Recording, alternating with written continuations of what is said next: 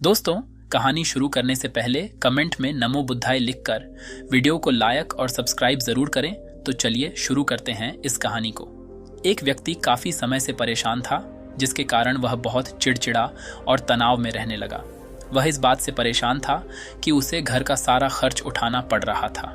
पूरे परिवार की जिम्मेदारी उसी पर है। उसके यहाँ कोई न कोई रिश्तेदार आता जाता रहता है। इन्हीं बातों को सोच सोच कर वह बहुत परेशान रहता था। इसी मानसिक तनाव के कारण वह अक्सर बच्चों को डांटते रहते हैं। उसका अपनी पत्नी से ज्यादातर किसी न किसी बात पर झगड़ा होता रहता था। एक दिन उसका बेटा उसके पास आया और बोला, पापा, मेरे स्कूल का होमवर्क करवा दो। वह व्यक्ति पहले से ही तनाव में था, इसलिए उसने अपने बेटे को डांट कर भगा दिया।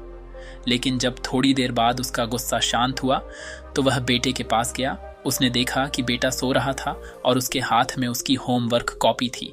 उसने कॉपी देखी और जैसे ही उसने कॉपी नीचे रखी, उसकी नज़र होमवर्क के शीर्षक पर पड़ी। होमवर्क का शीर्षक वह था जो हमें पहले पसंद नहीं था, लेकिन बाद में वह अच्छा निकला। बच्चे को एक लिखना था इस शीर्षक पर अनुच्छेद। उसने क्या लिखा?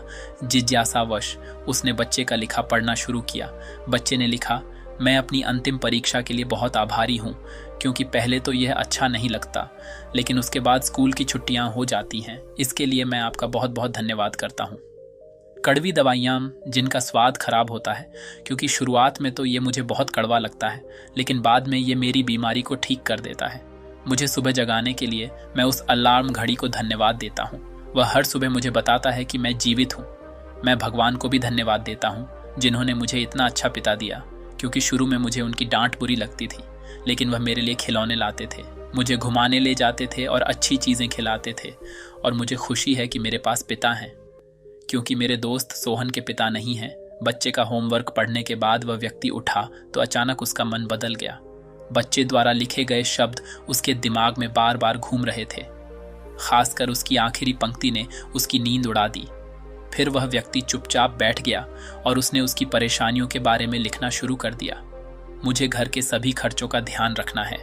इसका मतलब है कि मेरे पास एक घर है और भगवान की कृपा से मैं उन लोगों से बेहतर स्थिति में हूँ जिनके पास घर नहीं है। मुझे पूरे परिवार की जिम्मेदारी उठानी पड़ती है। इसका मतलब है कि मेरा एक परिवार, एक पत्नी और बच्चे हैं, और भगवान की कृपा से मैं उन लोगों से अधिक भाग्यशाली हूँ जिनके पास परिवार नहीं है और वह दुनिया में बिल्कुल अकेले हैं। कोई न कोई दोस्त या रिश्तेदार मेरे घर आते रहते हैं। इसका मतलब है कि मेरी एक सामाजिक प्रतिष्ठा है और मेरे पास मेरे सुख दुख बांटने के लिए लोग हैं।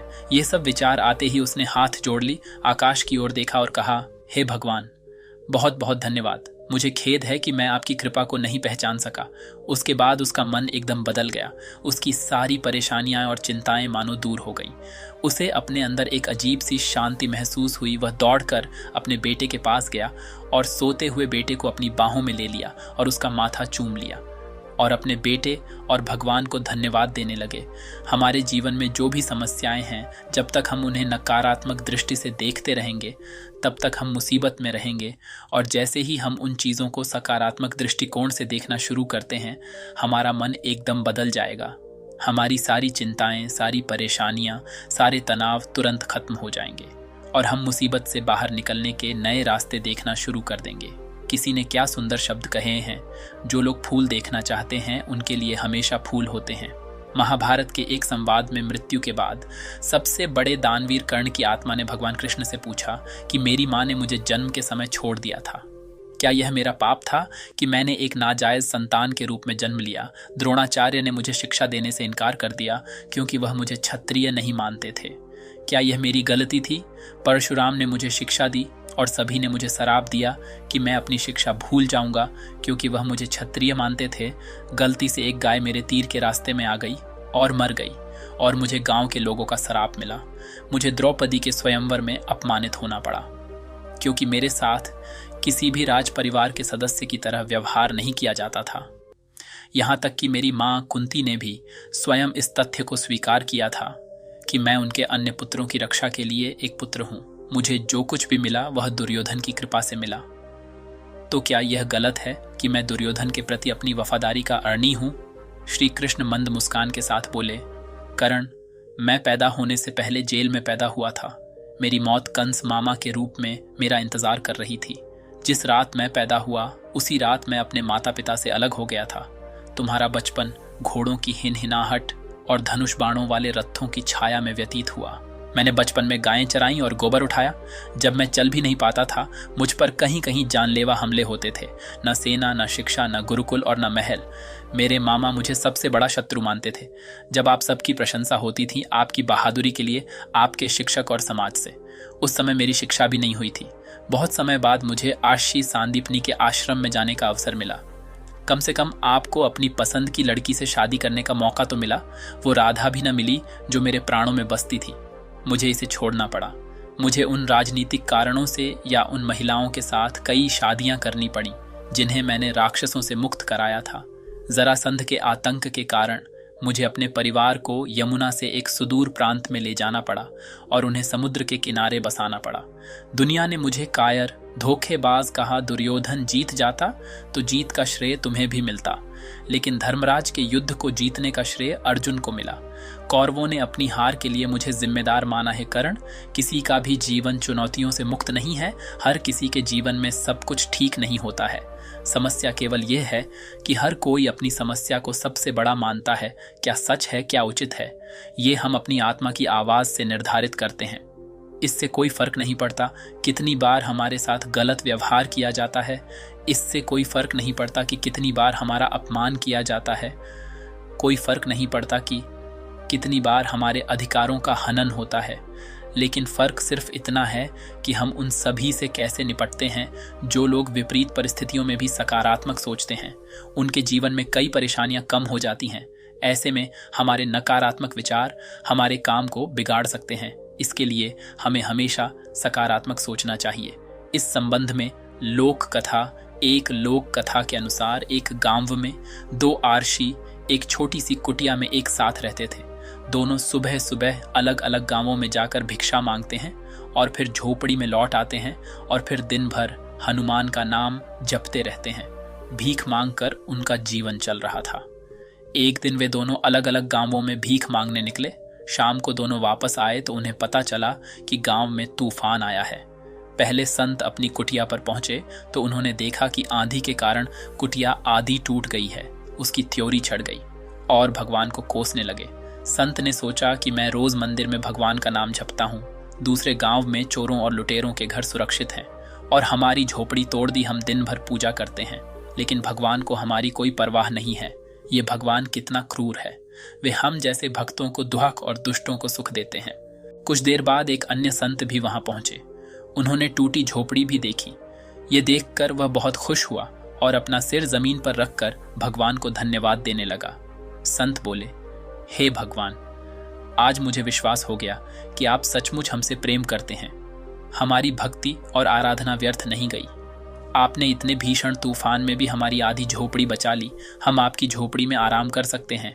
आज से मेरा विश्वास और अधिक बढ़ गया है। इस कहानी से यही शिक्षा मिलती है कि हमें हर स्थिति को सकारात्मक दृष्टिकोण से देखना चाहिए। नकारात्मक विचार मानसिक तनाव बढ़ाते हैं और हम अच्छी चीजें भी नहीं देख पाते। और सकारात्मक सोच की शक्ति दिखाने के लिए एक और कहानी सुनिए। एक शहर में एक अमीर व्यापारी रहता था। एक दिन वह व्यापारिक यात्रा पर गया। रास्ते में घना जंगल था जिसे पार करके उसे अपनी मंजिल तक पहुंचना था, लेकिन वह चलने में बहुत थक गया था। इसलिए वह आराम करने के लिए एक पेड़ के नीचे बैठ गया। आराम करते समय उसे प्यास लगी, लेकिन वह पानी नहीं लाया। वह सोचने लगा कि मेरे पास कुछ पानी है ताकि मैं अपनी प्यास बुझा सकूं। जैसे ही उसने ऐसा सोचा तभी एक चमत्कार हुआ और पानी से भरा एक घड़ा उसके सामने प्रकट हो गया। उसके बाद उसने पानी से अपनी प्यास बुझाई। कुछ देर बाद उसे भूख लग गई, लेकिन उसके पास खाना नहीं था। उसने खुद से कहा कि कितना अच्छा होगा अगर मुझे एक प्लेट में स्वादिष्ट भोजन मिल जाए तो मेरी भूख खत्म हो जाएगी। बात करते समय उसके साथ फिर से चमत्कार हुआ और विभिन्न व्यंजनों से भरी थाली सामने आ जाएगी। उसने पेट भर खाना खाया और फिर सो गया। उसने अपने मन से कहा कि मैं इस पथरीली जमीन पर कैसे सोऊंगा। काश कोई नरम बिस्तर होता। पलक झपकते ही एक आरामदायक बिस्तर उसके सामने आ गया। वह उस बिस्तर पर लेट गया। उसे ऐसा महसूस हो रहा था जैसे वह स्वर्ग में है, जहां उसकी सभी इच्छाएं एक के बाद एक पूरी हो रही हैं। वह इस बात से अनजान था कि जिस पेड़ के नीचे वह लेटा है वह कोई साधारण पेड़ नहीं बल्कि एक कल्पित वृक्ष है जो सभी इच्छाओं को पूरा करने की शक्ति रखता है। बिस्तर पर लेटे लेटे अचानक उसके मन में एक विचार आया। यह जंगल कई तरह के जंगली जानवरों से भरा होगा जो किसी भी वक्त वहां हो सकते हैं। ऐसे में वह अपनी रक्षा भी नहीं कर पाएंगे। जैसे ही यह विचार उसके मन में आया, अचानक से एक खूंखार शेर वहां आ गया। वह शेर को अपने सामने देखकर पूरी तरह से भयभीत हो गया कि वह बच भी नहीं सका। शेर ने उस पर हमला किया और उसे मारकर खा गया। इस प्रकार एक नकारात्मक विचार ने उसकी जान ले ली। इसीलिए कहा जाता है कि मनुष्य अपने विचारों से प्रभावित होता है। सकारात्मक विचार हमेशा सकारात्मक परिणाम देते हैं, इसीलिए हमेशा सकारात्मक सोच रखें। गौतम बुद्ध ने कहा है कि ब्रह्मांड की सारी शक्ति पहले से ही हमारी है। हम ही हैं जो अपनी आंखों पर पट्टी बांध लेते हैं और फिर रोते हैं कि कितना अंधेरा है। और जहां तक खुशी की बात है तो यह कोई खुशी नहीं है बल्कि यह हमारे अपने कार्यों से आता है। मित्रों, इन 4 कहानियों से आपने क्या सीखा, यह हमें कमेंट बॉक्स में लिखकर अवश्य बताएं। धन्यवाद।